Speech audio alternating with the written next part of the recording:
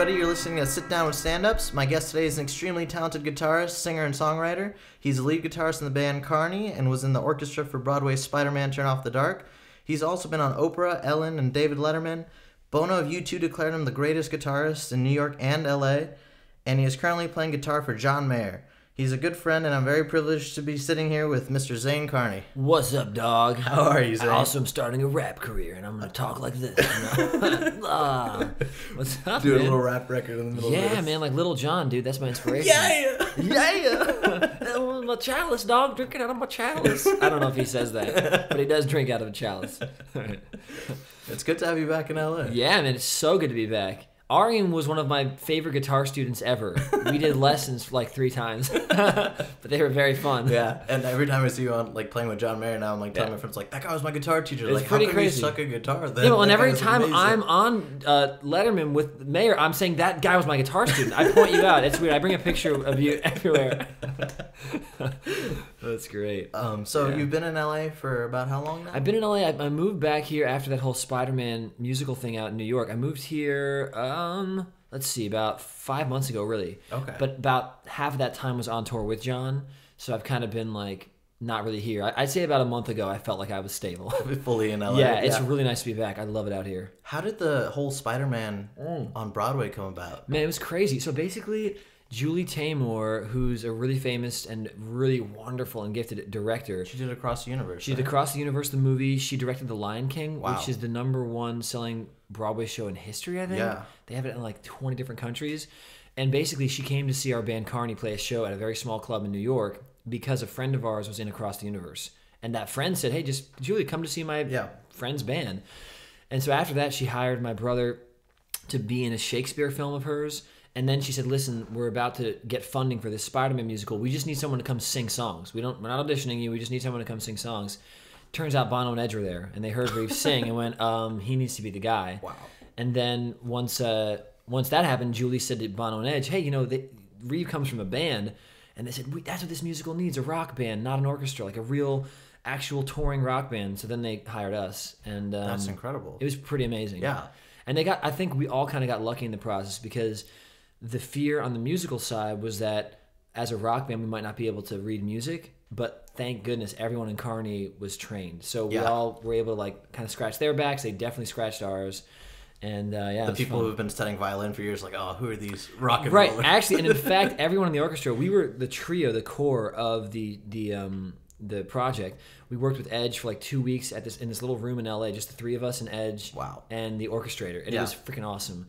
And basically, we came into the 19-person orchestra as that combo. And about a month in, we got a bunch of like pats in the back, and like everyone in the orchestra was saying, we honestly thought this was going to be rough, but like we're really impressed that you guys can actually sight read as well as we can. And honestly, we had it all wrong. We thought you guys were going to be whack. That's amazing. And I said, thank you. I think that's kind of messed up. Dude. You go screw yourself. I'm a professional musician. Yeah. Okay. So how about that? That's so cool. Yeah, And it happened so fast. I remember you guys were like playing like all the time in LA as Carney, and then all of a sudden like, oh, I'm gonna be on Broadway in New York. It was so crazy. We had like a residency at the Troubadour. Carney started at Molly Malone's, and then we moved up to the Troubadour, and then we did like a string of shows at the Troubadour each week, and then we played the El Rey twice, and then I was there. That was an amazing. You were there. show. That was such a fun show. That was a man. great show. What's so cool about playing a place like that is there's something about like the more people that can fit into the room, the longer your set can be. Yeah. And so like Molly Malone's, we try to do like an hour and 15. Troubadour, we do about an hour and a half. I think at the El Rey, we knew that it was potentially going to be our last show in LA ever because the band did eventually disband. But we thought, let's just go out with a bang. So I think we did 23 songs. Wow. And the amazing thing is Reeve, our lead singer, my brother, is such a prolific songwriter that 21 of those were originals because he writes so many songs. Yeah. And all of his songs are so amazing. So that anyone who was in that room, I think it was November of 2009. That was a pretty freaking nice night. That was a great show. Yeah. Yeah, man. Wow.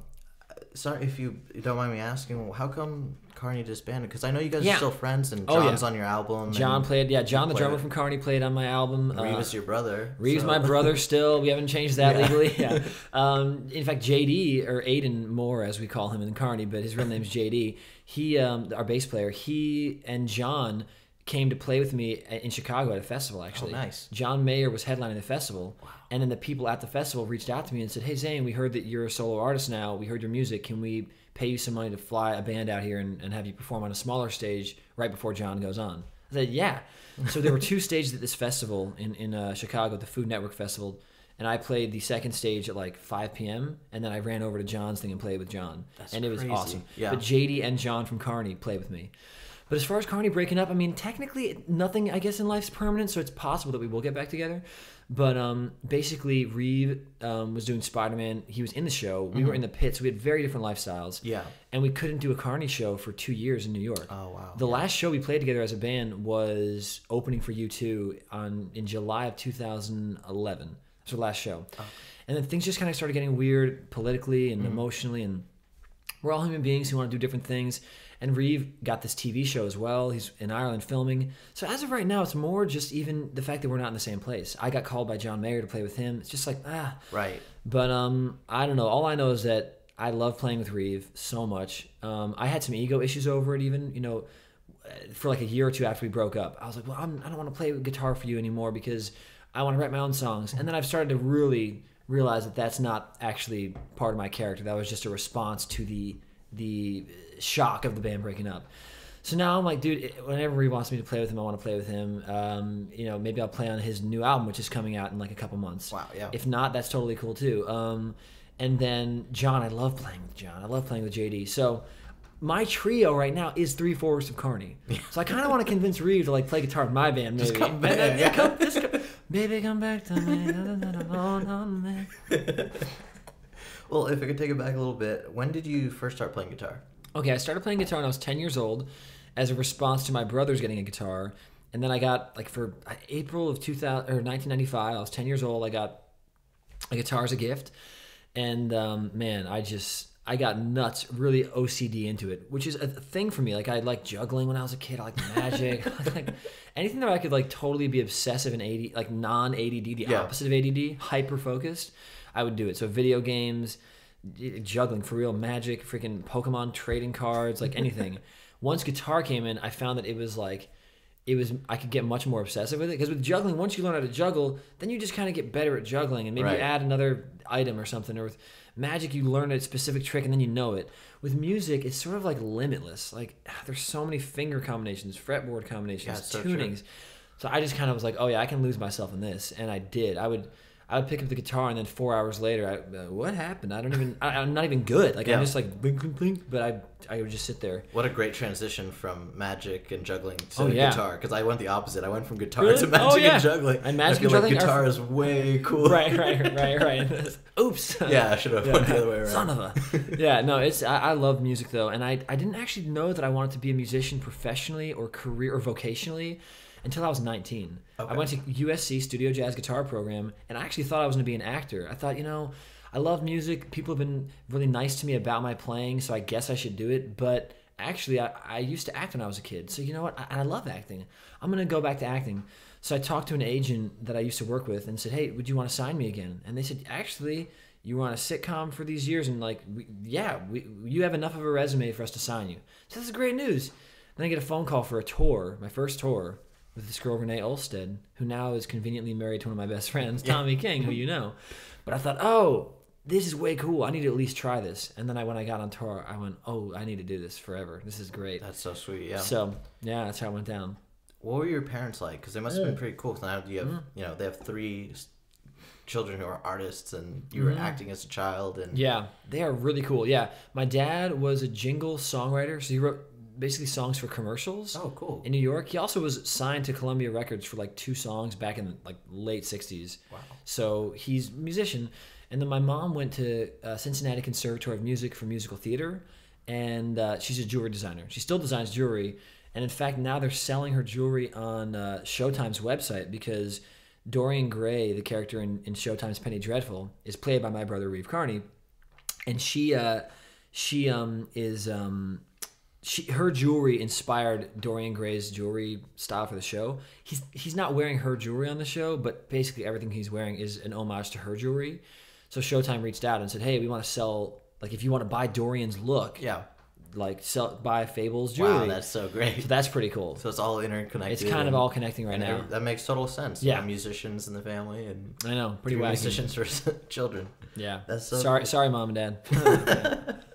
Who are your early influences when you were learning guitar? Guitar-wise, Wes Montgomery is the first musician I ever... Did you get into jazz at 10? I got into jazz at like 12 and a half or 13. Wow. 10 years old, the first song I learned, I think, was Age of Aquarius from the musical Hair, which I don't know what that's about. But it does have really cool chord changes, which is probably why I loved it. But at a young age, I remember my dad really loved lyrics and the Beatles and songwriting and folk and John Denver and stuff like that.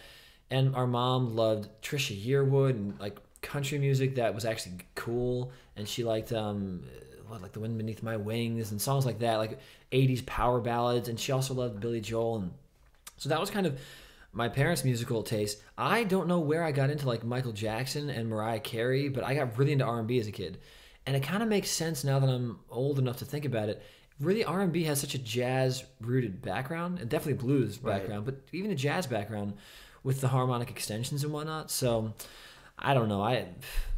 The music I listened to as a kid was already pre-jazz. It was like pre-jazz training. Yeah. And then I discovered Wes Montgomery and went, oh, this is where they probably got some of these ideas from. Yeah. And then I like dove deep into jazz and went, this is nuts. And I just fell in love with it. That's really when I started loving music. Yeah. Yeah. And then, so you like Wes Montgomery at like 12, which is amazing. Yeah. And then a teacher told me to get Smoking at the Half Note. Oh, that's a great album. I was 12 or 13, maybe 13. I went to guitar camp. And the guy said, yeah, here, try this out. And in class, I remember there were 10 kids, and he started talking about the diatonic. I think we did it in our lessons, the diatonic scale and the chords that come from it. And after class, I asked a few questions, and he said, oh, wow, you really got this. I said, I guess. I don't know. It just makes sense to the way my mind works. Like, that logically makes sense, what you drew. He said, interesting. Well, that's pretty cool. That already makes sense. So he gave me some special side lessons about melodic minor modes and other things. And I was understanding it somehow. I don't know how. I'm not going to take any credit for it. I just, whatever brain my parents, making a baby made, they made this brain. I'm diatonic scales. Diatonic, we're going to make a diatonic baby. Yeah, so I don't know. I just got really into it. And then Wes Montgomery like exploded my mind. Bill Evans' Sunday at the Village Vanguard, that exploded my mind. And then ever since then, I mean, from age 13 to 19, I didn't listen to anything but jazz. I was against, actually, rock and roll and pop and things. And then I finally softened on that. And then I made an album. Yeah, as I see you holding up, yeah. Your album, I love, you have one was Confluence, and that's the one where you're singing and you have songs that you've written on it. And then you also have Amalgam, which is your jazz record. Mm-hmm. But it has, like, everything in it. It's, like, jazz and blues and rock. And yeah, it's kind of wacky. I love it because it starts out, kind of like jazzy, and then like it hits like Gambit, and and then it's like, what's happening here? Super hard rock and blues. I love it. Yeah, it's really fun to make that. Yeah, I mean, Confluence came out I think a little over a year ago, so September 2013, and that's been really exciting because it's led to things like opening, or playing at a festival before John. Actually, one festival in Australia, they also found out about Confluence and asked me to do the same stage as John. So I was the first act on like a 4 or 5 bill stage that included Edward Sharpe and the Magnetic Zeros, then John Mayer. Wow. And I was like, dude, this is tight that I was on this stage. And John, during our show, was like, who was here early to see Zane? And I was like, oh, this is nuts, man. So, that album has really been great. But Amalgam came out because I had surgery on my voice and had to rest it for like really the better part of 3 to 5 months around it. And I called my team and went, I don't know what I should do right now because this momentum from Confluence is really picking up and people have been buying the record on iTunes and all that jazz. And I said, but I have these 18 recordings of instrumental songs, and if I compile it down, like if I shortened it to 10 songs, I think it could be a real album. I was emailing this because I couldn't talk, and my lawyer was like, you know what, do it. Just like get some music out there. So I put it out, and actually the whole Amalgam thing has led to some weird stuff. Like I might start scoring music. Tommy King and I are starting a film scoring team, but like there are opportunities where people want to use music like what's on Amalgam for film and television. That would be incredible. Dude, that would be a great little sidebar to have, to make music for movies. Write a score. That's a dream, actually. I think it might happen because I've been talking about it so much and I'm so passionate about it. And now Tommy and I are recording it. It's like, I think it's going to happen. So that's perfect. Pretty exciting. That totally makes sense. Yeah, I'll send you some of the songs. That'd be sweet. Yeah, thank you. And I have a question about like when you're recording a jazz album, or I know you're like the king of improvisational guitar. Oh boy, when you're right, well, you're really good at it. And Thanks. when you make an album, especially if it's like a jazz album, do you? I mean, I know a lot of the songs are written already, but how does that work? Do you have room for improvising while you're recording as well? Yeah. So Amalgam, almost the entire album, like 95% of it was recorded fully live, straight to tape. The only things that were not recorded live were not fixing of mistakes. It was just adding melodies. So there's a song called Good Old Roy where I added a guitar melody. So that was done after the fact, not to tape, because we'd already put it into Pro Tools. That's amazing. So the whole band is in the room. We were in different rooms. We had bass and drums in one room, and then my guitars, because they were louder, were in another room. That's incredible. Yeah, it was literally recorded to tape. Hypothetically, we could mix this record analog and put it on vinyl, and it would be a fully analog process, pretty much. Wow. But yeah, there are one or two other melodies where I added a melody. Black Matter, that was recorded in Memphis at a studio, not the tape. But yeah, it was a really fun process, fully live. These are full takes. Things aren't spliced, and add guitar parts from other stuff. And that was part of the risk of it. It's almost like skydiving. Like, we're just going to do this, and we didn't know it was going to be a record. So we just thought we're just testing out tones, we're having fun. We recorded Amalgam, actually, like 2.5, 3 years ago. But I was just like, I don't know what I'm going to do with these. Yeah. And then my voice broke. I'm like, I got an idea. Let's put out a record. So that's what happened. How quick was that process? We recorded all those songs in about 9 days. Wow, that's so fast. Oh yeah, we did like multiple songs a day, and I was charting out stuff. I actually wrote half those songs in the process. I was like, I don't know, this is an idea. Jeez. And the drummer's like, yeah, that's a cool idea. I said, all right, well, here's what the melody might be. Here's a chart, and I'd write it out, and let's just do like 3 takes, and we did 3 takes. We literally had no idea we were making a record. We were just having fun. Crazy. Yeah, and it worked out really well. It's such a good album too. And Thanks. I had no idea that. I will say, in post, I spent like 3 months like obsessively finding the order, remastering, remixing. Then like the artwork came into play, and that kind of influenced. Oh wait, the record should be in this order. So I spent so much time on that. It was like making the most specific mixtape ever. And so, because I got to be honest, the first 18-song batch I had, I was like, this is not a record. What the heck is this? Yeah. So it took a lot of like archaeological digging, but that's good to hear that it sounds like it was supposed to be a record. I had no from the idea start. it was recorded live to tape. That's amazing. Yeah, it was really fun. Yeah. What a great album. Thanks, man. I mean, when you used to teach me guitar, I never actually heard you sing before. Yeah, well, I hadn't really sang. You had the vocal surgery, right? Yeah, I'm realizing that I'm starting to let go of this part of my story. When the album first came out, Confluence, I had this whole story about how I used to not sing, and now I'm singing, and it's new. And I think part of that was like a subconscious way for me to apologize for how I didn't think my singing was as good as my guitar playing. So I kind of wanted to create a story, just like, oh, by the way, guys, here's why my voice isn't as good as the guitar. It's because I didn't sing a lot. The actual truth is, from a young age I've been singing, but my voice would break almost every single time I used it. So I sang in vocal jazz for 2 years in high school, and as a musician, as you can understand, I had an ability to hear notes and hold them, but I didn't have an ability to control my voice. But the fact that I could hold a pitch well enough because of playing music and understanding music theory, the teachers wanted me in vocal jazz. So I would almost help people around me sometimes too, like, here's a note we're on. I can't sing it, but you need to sing it. But I'd lose my voice. But I would sing background vocals with Jesse McCartney when I played with him. I sang background vocals in Carney, but it would just break like every show, and there was nothing I could do about it. I went to a singing teacher, an amazing vocal teacher, Valerie Morehouse, who consequently has helped me post-surgery more than I can even imagine. But before surgery, there was nothing she could do either. It was like I had a broken voice that I was born with, where basically a piece of my vocal cord was missing. So I did the best I could. Everything on Confluence, I sang on that broken voice. I just powered through, and I'd do like a freaking big take on You're Not the One. Is it painful? And then 3 days later, I couldn't talk. It was like awful. Oh, man. Anyway, I got surgery, and now I'm not really using that as part of my story. You know, you said you never heard me sing. Mm-hmm. It's because I would lose my voice. Technically, I could sing back then, but my tone was very raspy. It was thin as well, thin and raspy, and I didn't have control over it, and I'd lose it. Fast forward to December of 2013, I had surgery, and now it's like I can pretty much sing whenever I want, however I want. And so now I'm probably going to, on like sort of, podcasts, interviews, things like that, I probably won't even share that I didn't used to sing. I'll probably just pretend like I've always sung, because I feel actually like I can communicate with my voice now, which is all I've ever wanted to do. I don't want to be the world's best singer or anything. I want to just be able to communicate. Yeah, because I was going to say, I was like, wow, I've never heard Zane sing, and then all of a sudden in like 4 or 5 years, it sounds like he's been singing his whole life. That's awesome. Thanks, man. Well, I do have a good, I am around some of the world's best singers in my sister and brother. So I've been listening. I've been doing that my whole life. Haven't been singing my whole life. Yeah. Yeah. And you and your brother have not the same, but very similar kind of background singing, I feel like. Like your voices are... You mean specifically the background vocals? No, just like your singing in general. You guys sound like we do have some similar tones. Yeah. He has a little bit more of that grit that I still have not been able to capture, and mine lilts more into the falsetto and the Jeff Buckley sort of upper register. I was gonna say it sounds like Jeff Buckley. Yeah. Reeve has like freaking Freddie Mercury plus Robert Plant plus Jeff Buckley plus he's got like the. I'm making muscles. You can't see me. No one can see what I'm doing right now. I have no pants on, by the way. There's so many things I can say right now. Anyway, I have definitely. I'm the softer side of Sears, slightly, but not really, because I also do sing rock and roll on Confluence. You're Not the One's definitely a rock song. Fade to Black's a rock song.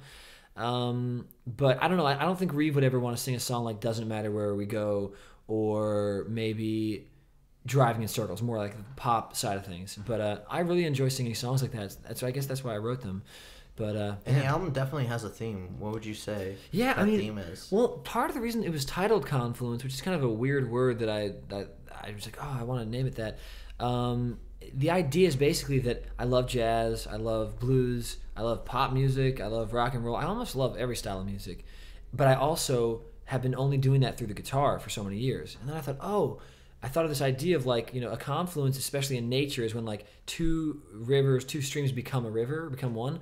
And I thought, man, this has kind of been hidden in plain sight. Me writing and singing my own songs has always been there. I just didn't know it was there. And so now those two streams are finally coming together, improvising and playing guitar and songwriting, So that's why it was named that. So for me, it was kind of a celebration of me discovering that I actually could be a songwriter and a singer. And then fast forward to it was recorded 2 years ago, released in September. Now it's been 2 years since we recorded those things. And yeah, I mean, it's funny to think of that time as me thinking of it combining, because now I can't see myself as separating those two. Right. It's now so inherent to what I do.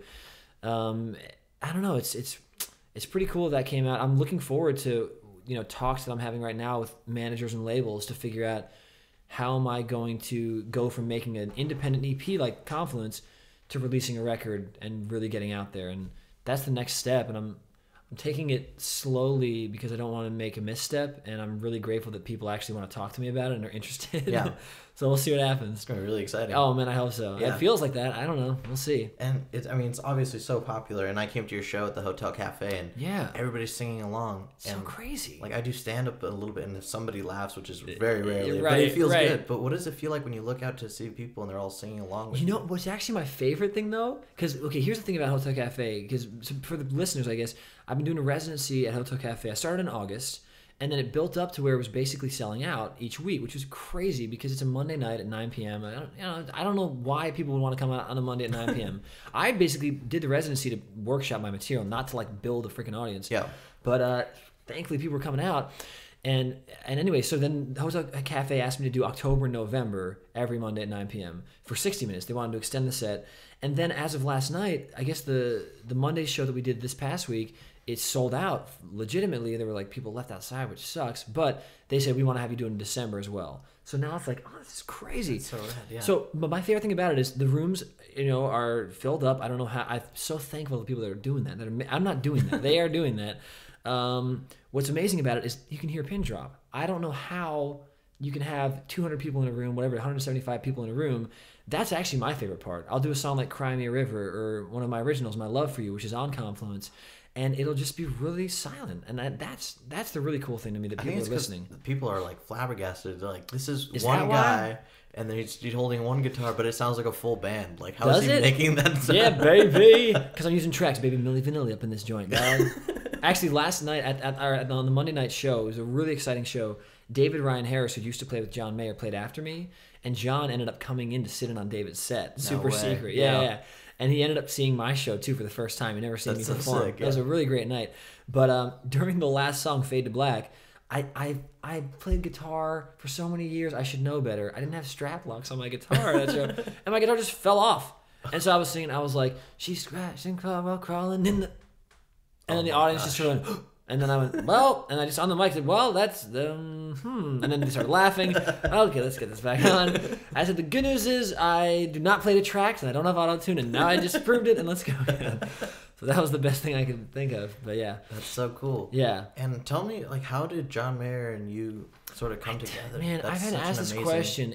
I don't really know. I just know that it makes sense. Like, when I finally heard, like, oh yeah, of course. Like, that's awesome. 2 blues guitarists. All I know is that we have a lot of mutual friends, like, David or James Valentine from Maroon 5, and I guess he maybe asked around because David was doing a tour in Australia and couldn't do this most recent tour, and David's doing his own thing, and he's doing an amazing thing. So John was like, oh, I'm looking for a guitar player, and he just asked around, and then apparently asking around led him to my website and YouTube channel, and apparently I don't know, he reached out. He knew more about my guitar playing on the first phone conversation we had.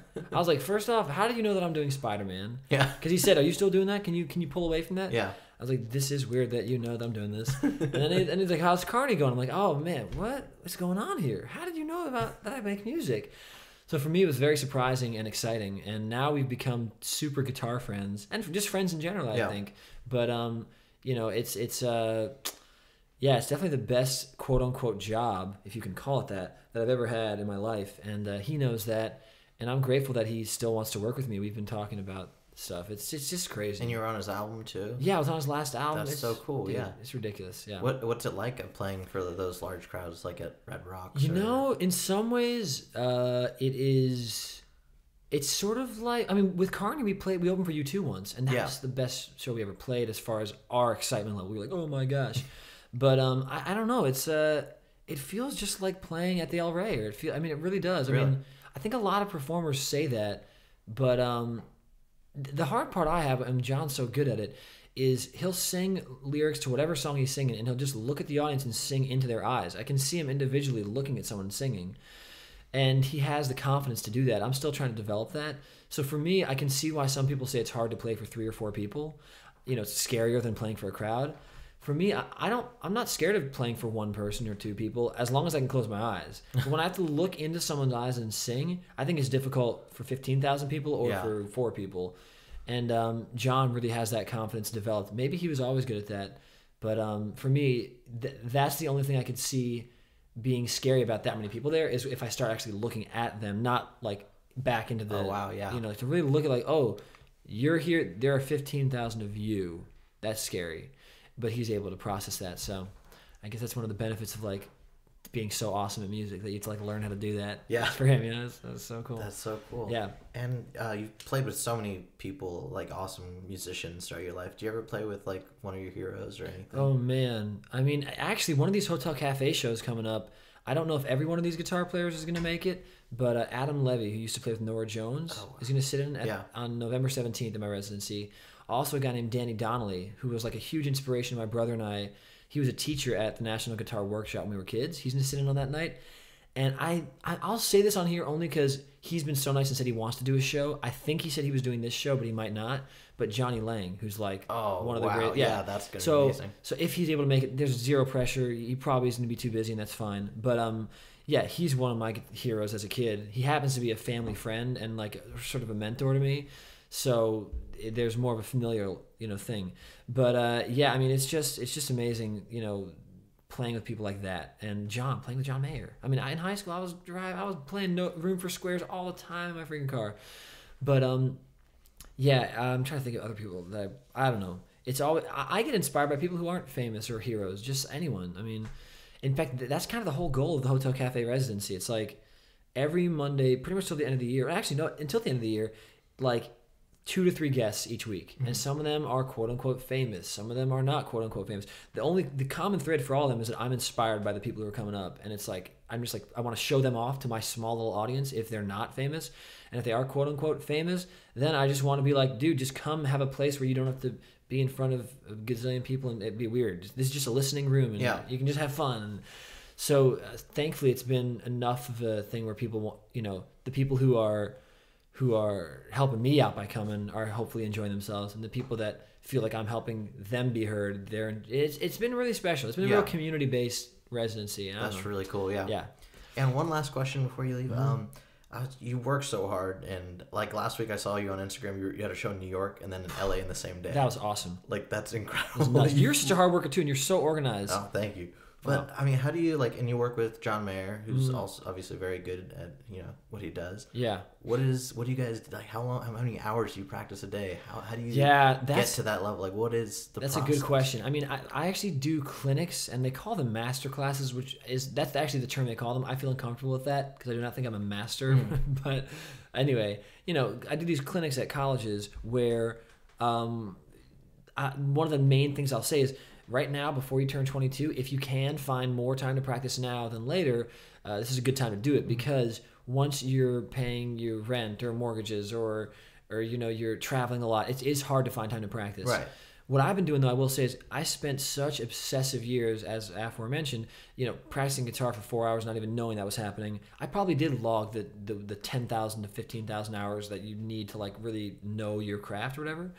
But that was sort of just because I loved it so much. What I've been practicing this past year and a half, though, is less guitar and more songwriting and singing. Okay. So that's my practice has been, when I wake up, I do a little vocal warm-up. Throughout the day, I'm checking in. Is my resonance there? So I can naturally kick into the resonance I need when I sing. I'm writing on the subway when I was living in New York and just writing lyrics even if I don't have a song for it yet. So I definitely have stayed focused on practicing. It just hasn't been guitar the past year and a half. And when I do sit down and practice guitar for half an hour, it's like, oh gosh, I mean, I love songwriting, I love singing, but it's relaxing now. Yeah, this is like, I mean, it would almost be like a chef making their favorite dish that they know how to make. It's like, oh, this is actually not even practicing, even though it is. It's just like, oh, this is making me feel good about myself. Whereas if I'm singing, I'll break. I'll go, oh man, this is so hard. I have to keep practicing. It's fun on the guitar to go, well, I've accessed a lot of nooks and crannies already. There are many more to access, but so far I've touched enough for me to feel comfortable on this instrument and make it a fun experience. But yeah, practicing is hard when you're doing it as a day job. And I don't know. I mean, I think it's one of those things where it can be developed. The desire to practice can be developed. Some people say, oh, what do you wake up in the morning, wanting to do the second you wake up? Do that. That inspiration, quote unquote, doesn't work for me because I'm freaking lazy. And I mean, I don't mean that in a... to beat myself up way, but I really like relaxing. I like watching a movie and vegging and all that. So when I wake up, my first thought is, oh boy, I don't want to work right now. But so I have to think, how do I guide myself into working in ways that are productive for me and of service to others? So it's like, how do I do that?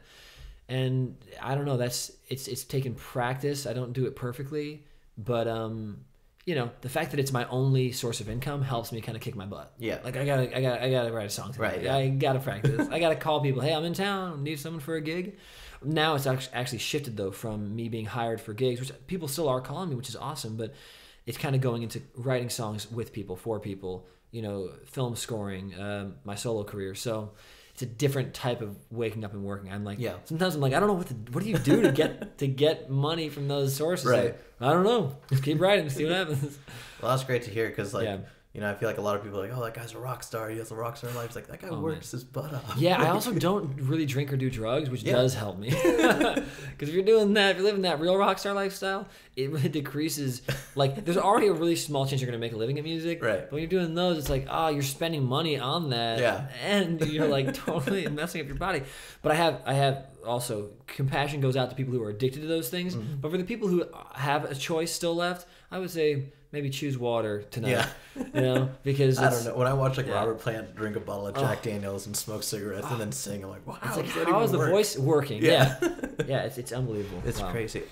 Would you happen to have time to do a song? Oh, yeah. Dude, I was thinking about... Sorry, I'm laughing right now. It's totally not pre-recorded. I'm laughing right now because we totally already did it. And we totally recorded it, and it already sounds awesome. But I'm trying to think of a funny way to pretend like I didn't just say that out loud. Oh, yes, Arian. Actually, phenomenally enough, I think Here Comes the Sun with the capo on the 7th fret in the key of A. Would that work for you? Oh, yeah, that's perfect. My favorite thing about that song is that we didn't record it earlier. And so I'd like to let's do it live right now. Yeah, let's totally do it Let me just pick up my guitar. Okay, here we go. Oh, my guitar seems really I gotta get a pick. Oh, right. There we go. Can I warm up a little bit? Yeah, sure, yeah. Huntilabim, sim salabim, bim salabim. That's my warm up. I need to do it in different languages. Balabim pum. I don't know. I honestly, people are gonna think I'm a total psychopath right now. And here we go. And here we go. 2, 3.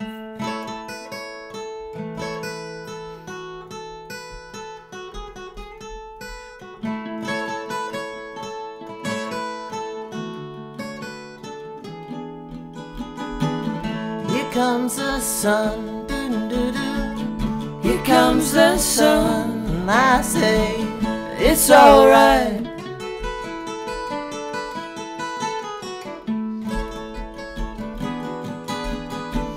Little darling, it's been a long, cold, lonely winter.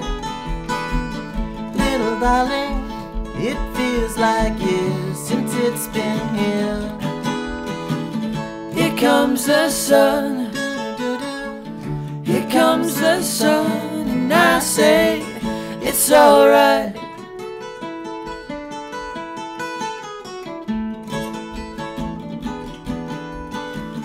Little darling, the smile's returning to the faces. Little darling, it seems like years since it's been here. Here comes the sun, here comes the sun, and I say it's alright.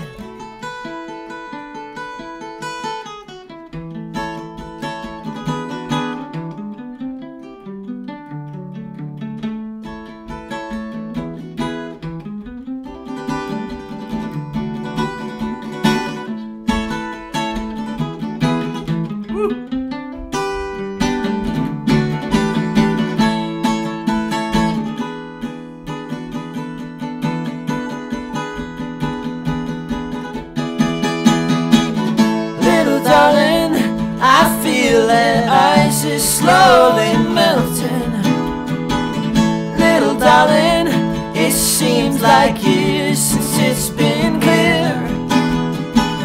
Here comes the sun, here comes the sun, and I say it's alright.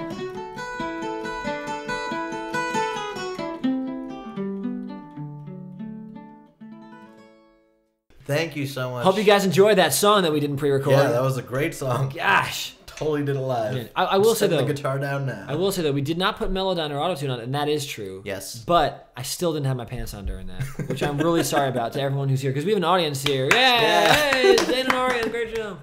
Great. It's pants off, dance off. It's pants off, dance off. That's how we do it here. Thank you so much, Zane, for doing this today. And where can the people find you if they're looking to get your record? Yeah, so basically my name's Zane Carney, which is weird enough that if you type that into Google, pretty much everything will come up. One up, one love, you know, two fingers to the sky. Thank you, Zane from One Direction, for spelling your name differently so that I'm still Googleable. All right. But basically, yeah, Zane Carney at Twitter, you know, Instagram, Tumblr, it's all just Zane Carney. I think the only thing that's not just my name is Facebook is like /Zane Carney official, because someone else had taken Zane Carney, me, for my private account. So I really blew it there on that one. But anyway, yeah, so if you just go online and search it up, all my music's on Spotify, but if you're generous enough to want to buy it on iTunes, that would be wonderful and help me kind of get this thing started. And then you can see me every Monday in Los Angeles at the Hotel Cafe, Monday nights at 9 p.m. So great, thank you. And the album is Amalgam and Confluence, and he's playing at the Hotel Cafe this Monday, and I was there. It's a great show. I'm definitely going to go again. Thank you very much, Zane. Thank you. Thank you.